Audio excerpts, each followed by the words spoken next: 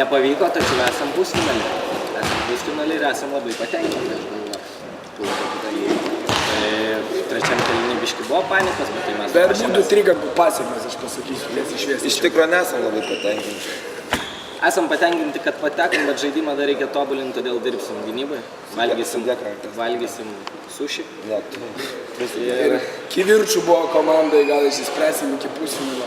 O čia tas, kur visą laiką riekavo su Mėlyna Mikiute iš New Yorko. Mikiute. Ir Brenčius. Su Mikiute iš New Yorko. Ir Brenčius šiandien normalius, da Brenčius. Tai pirmiaučiai. Norėčiau pasakyti, kad komanda yra dar nesukurta žaisti 2 varžybas iš eilės. Jeigu būtų varžybos iki 2 pergalių, tai Ir dar norėtume Valiui pasakyti, kad nebeburtų komandus iš viso. Nes Danvytė naikina. Ačiū varžovams. Ne, bet iš tikrųjų varžovai labai super. Valiaus komandos. Labai šiandien. Labai patenkinti. Nu ką, šiandien pavyko iškovoti pergalę.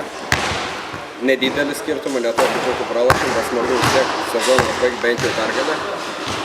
Aišku, gaila, šiandien mažai susirinkom, buvom tik 7-iese, tačiau esu dėkingas vyram, kad ir tie 7 atėjo, susikrovėm iki galo, turėjom vienu metu, man atrodo, 22 taškų persvarą, varžovai buvo atsipalaidavę, leido šiek tiek atsarginių žaidėjus, dėl to ir, man atrodo, pabėgom į priekį.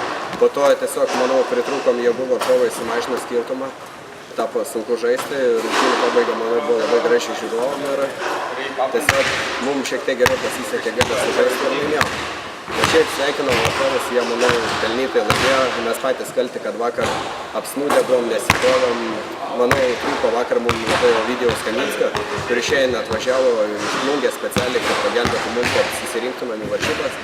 Ir tikrai atidirbo už mus. Taip pat visi vyrai atidirbo, esu jiems dėkingas už šį sezoną. Ką padarysim? Laimėsim.